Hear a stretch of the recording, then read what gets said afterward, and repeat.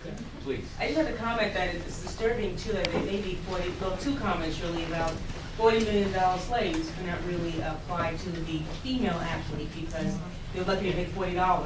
That's the first thing. And the other thing is how disturbing it is that the idea of being rich and let's say in wealthy, I think wealthy connotates more of a wisdom behind the money you have. And that it seems as if many of the athletes today don't even know how to manage their money, even after history. So they're getting paid all this money. I don't know if it's called a double whammy. They're getting paid all this money. They're sort of boxed into a corner and they're afraid to be who they are. And I like that phrase about their humanity. They're afraid of actually knowing, expressing that they're human beings for this money. Then they lose the money anyway, or they're not investing it anyway, or they're not using it wisely anyway. And I know that. Based on my limited knowledge, I'm not behind the scenes. This is what I see, and we all know what the media does with things. But it's just you're listening to what you're all saying, and then hearing and seeing what's happening. It's almost like not only did you sell, you weren't able to be yourself or express yourself. You don't even have the money to show for it. So it really is coming full circle, and the owners are still wealthy and have their money in offshore accounts and everything. And so it really is a tragedy. Do you all happen to know if among retired athletes, have there been any work done on this, any data collected on the difference between white retired athletes and black retired athletes with respect to financial, the maintenance of their financial situation or anything like that? Any ideas? Have any of you ever seen anything like that? I don't think I ever have. I would only be making educated guesses because most of those disaster stories that I hear about are like Kareem Abdul-Jabbar, for example. They seem to all be black. I can't really think of too many whites. Seen that? Did you have something on that point? I think there was a ESPN documentary, 30 for 30, where they followed someone, a former athlete, and how his entourage and his lifestyle, and just the way he was, told to spend his money, just just to blow everything away. This is a black person or a white? Yes, a black person. So there's documentaries out there to be seen.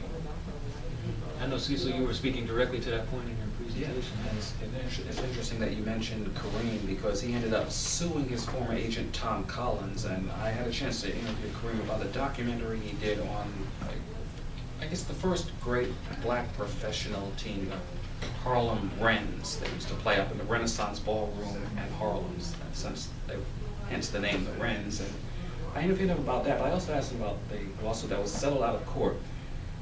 He accused his former agent, Tom Collins, who's white, of systematically stealing $10 million.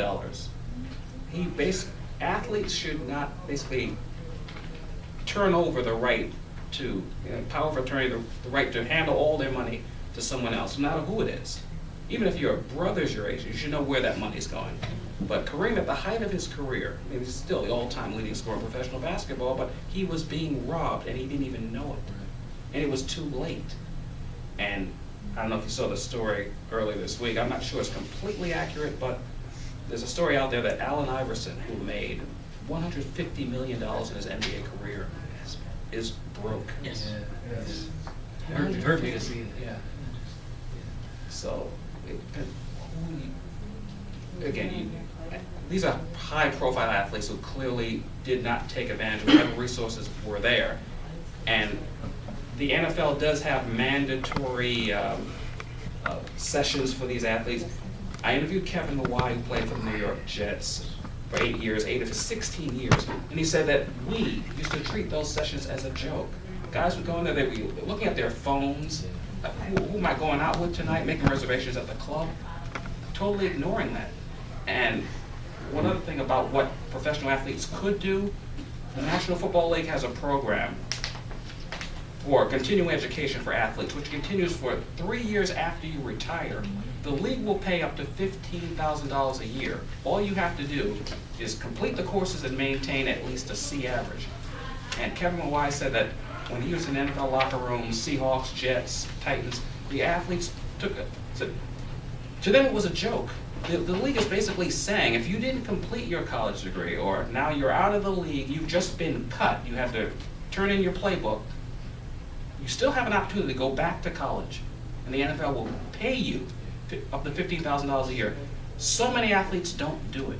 And there's a joke among athletes that the NFL offers to pay us so much because they know we won't take advantage of it. Those are the things that need to change. Well, I think I'm going to speak to that a little bit as a player, because I feel like it's, the problem has occurred long before they got to the professional level. Right. The problem has been, it's ingrained. We were taught that. When, I mean, people at our level, like I said, you know, there were no $1 million contracts waiting for us when we got done playing ball. At that time, the best bet we could do was maybe, you know, $25,000 a year in Germany or someplace. You know, I mean, it was like that's what we had to look forward to. So for me, my family couldn't afford to send me to college. So for me, getting the scholarship was the way that I was going to get a college degree. And when I got there and was basically given this lip service before I got there that academics would come first, and then once I got there was pretty much removed from the academic picture. And you know, I insisted on taking my own test, but I had players, teammates who people took their tests for them, people wrote their papers for them. I was asked to do that. You know, I mean, it's just like, so by the time you get to the professional level, if you've gone through, even in high school, when you're a phenom player in high school, it's like you don't have to do anything, and it's like an imprinting stage. This is what you learn as an athlete. So even if you get to the point at the NFL where they're going, we will pay for you to go back and get your degree, it's a joke, because all of college was a joke, and so was high school. I mean, they're not equipped at all to even think about what it really means to go back and study, and that's where the problem is. I mean, I have many lives that I live in, and one of them I do accounting and I do taxes for people, and it's amazing to me. I do taxes mostly for artists and you know, freelancers, and it's amazing. I see a parallel in the music industry and acting industry. I see total parallels to the sports industry, and it's amazing how many people have no idea or clue about the money that they're making and how they're making it and what that means and what they should be doing. None, and they just want to come and hand you your stuff and just go. And I'm always appalled that there's no mandatory business course during high school and college for college athletes. It does not exist. They're offered, they can take the classes, obviously, they're on the curriculum, but the emphasis is so far removed from you ever learning anything that it's almost an act of resistance to learn anyway. So I don't fault the athletes so much for going through the whole system and then ending up broke at the end of it, because they've been so geared, and that's the slave mentality, you know? That's the slave mentality. If they keep us from learning, then we can't take those positions of ownership, and we can't take those positions of power in the organizations, because we've been totally distracted by a little bit of gold, you know, that gets dangled in front of us. And that gold, Mesopotamic. Yeah, see, some of the athletes, I'm assistant athletic director here and assistant men's basketball coach here. Some of the athletes, I know a lot of professional football players, you know, they get pushed along, and now they owe these people. mm-hmm. And so now that they've become professional athletes, you have all these leeches that are like, okay, well, I helped you make it big, you owe me.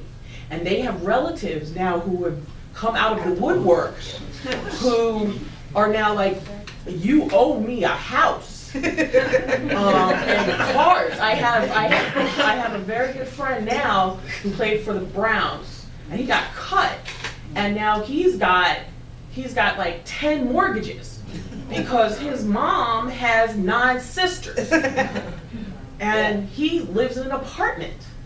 So, you know, it's tough. They have leeches. They do have classes. One of my friends was in charge of that at the NFL.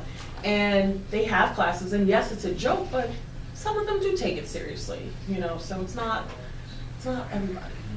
No, it's not everybody. Michelle, in your I mean, well, something I would just add, because in the corporate world, I mean, I was actually in wealth management, and what's interesting is that there are different divisions in wealth management, and then you have the athletic division, and it's treated very differently. And one of the issues is, unlike my typical client, who not always, predominantly a middle-class white wealthy man, versus the athlete who is a very young, and so you have the disparities you know, you have people who are on different planets. If you are a middle-class person who's made your wealth, and you're a 17, 18-year-old kid who's coming into a lot of money, and the fact that there are different divisions who handle different types of clients, and there's a lot of fee-taking in the athletic side, much more fee-taking. And often the accounts are managed differently, not so much with long-term investment, although to some extent, but with a client in mind who's going to be giving a lot of money away, and not for charity, but for what the young lady there was saying, actually. But, you know, also just something to pick up on what Marcy was saying. So listening to your experiences, I mean, it kind of brings back some nightmares. And what I really, when I first played for a Division I team, what I really realized was class was also important. And that most of my teammates were black young women who came from working class or poor families. And so, you know, in those situations, again, you're labeled as a student athlete, but the reality is you're not a student at all. I remember examples where we were told to leave our books, don't bring them on trips. We would have practice at midnight before our finals would begin. You know, it makes very clear that the student part is not important. And as you said, if you can't go to class and take an exam, you can't pass, which means you will not graduate. So you don't really own your body in that regard. But I found that the more middle-class players were treated a bit differently. And the coaches were a bit afraid of them. And even some simple things like being a vegetarian, a couple of players were. The coaches didn't like that, but these were middle-class players. And the coaches really kind of tiptoed around them in the way that they didn't with the more working class and poorer players. So, I mean, the intersection of race is there, but class, I found, also played such an important issue, how players often get treated. Thank you for that, sister. Please. I have a couple of comments and a couple of questions, so I'll try and be as very brief as I possibly can. First, I would like to thank the panel for being here. It brought back a lot of memories as me being young, and I was 13 when the WNBA first started, so to hear about you guys playing with Cheryl Miller and Cynthia Cooper and all that, I was like, oh my God, they were playing with my idols growing up. You know, I wanted to be. I remember that was my 8th grade yearbook. I was going to be a WNBA basketball player. You know, high school, I kind of learned very quickly that that wasn't going to happen, even though I was gunning for it. But, you know, to hear you guys say that, I believe that some of that actually, talking about the abuse at the college level, I feel like some of that does start at the high school level as well. I went to Archbishop Malloy High School. I was I was the year that the first girls came to Malloy. So we were like sort of, you know, the test dummies in a sense. But I was on the basketball team. I was part of the first girls basketball. I didn't play much, but I played, you know, from time to time. And we had a coach who, you know, was very, very critical of us, and especially of the ones who didn't play, to the point that our senior year, he completely ignored the people who didn't play and sort of pushed, you know, the others farther. And I remember I was on basketball, I was also on track, I was a bit better at track, and I remember taking free throws, and he was sitting there asking me about track, and he's like, yeah, so, you know, in the spring, how you feel about running the 1 and the 4x1? I was like, yeah, but coach, what about my form right now? And he's like, that's not, don't worry, because you're not going to play. I want to know about, you know, how's it, and I remember feeling that, and I remember feeling the sense of like, okay, I loved basketball. I liked track because I was good at it, but I loved basketball. I loved that team camaraderie. And to have a coach not encourage me and say, okay, you might not be the best, but here are some ways that you can improve, was really devastating to me. So I learned very quickly not to like the game because of that. And it took me actually years before I can actually watch another game. It was to a point where I stopped watching basketball, I stopped playing, and it took me years for me to actually sit down and watch a game. Now I like watching the Knicks because I have friends who are avid Heat fans, and I call them bandwagon fans because they're LeBron fans. So, you know, we go back and forth constantly. But, you know, it was a real struggle for me. But I wanted to ask about black female bodies in terms of Brittany Griner versus Skylar Diggins. I don't know if you guys have heard about that, but